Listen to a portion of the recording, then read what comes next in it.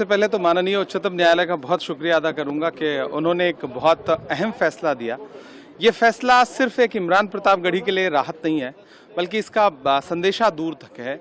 जिस तरह से अभिव्यक्ति की स्वतंत्रता का लगातार हनन किया जा रहा है, लोकतंत्र में जो सबसे खूबसूरत बात थी भारत के कि आपको अभिव्यक्ति की आज़ादी थी, और कम से कम कला, आर्ट, कोई भी आर्ट हो, कोई भी फॉर्म हो, पोइट्री हो या फिर ड्रामा हो या फिर और कोई आर्ट का फॉर्म हो, जिस तरह से उसको टारगेट करके पिछले 10 सालों में मौजूदा सरकार ने उसको कुचलने की कोशिश की है, उसके खिलाफ जो सुप्रीम कोर्ट का आज का ऑब्जर्वेशन के साथ साथ जो पॉइंट्स उन्होंने लिखे हैं, उनके लिए बहुत मुझे लगता है कि बहुत धन्यवाद मैं देता हूं।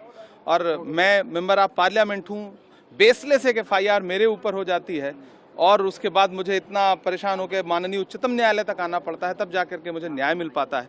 तो सोचिए इस देश की आम जनता, आम आवाम कितना इस तरह के मामलों के शिकार हो रहे होंगे। तो ये एक लंबी लड़ाई है और मुझे लगता है कि सरकारों को इस दिशा में सोचना चाहिए कि जनता प्रताड़ित हो रही है, पुलिस एक टूल बन करके काम कर रही है। आपसे असहमत हैं तो आप पे FIR है, तो ये पूरी पद्धति रुकनी चाहिए। और माननीय उच्चतम न्यायालय का एक बार फिर से बहुत शुक्रिया। अब आप जो है संविधान के अपने हाथ में लेकर आए हैं और आज जब से फैसला हुआ उसके बाद अब आप हाउस में आए हैं, तो ये इससे क्या आप?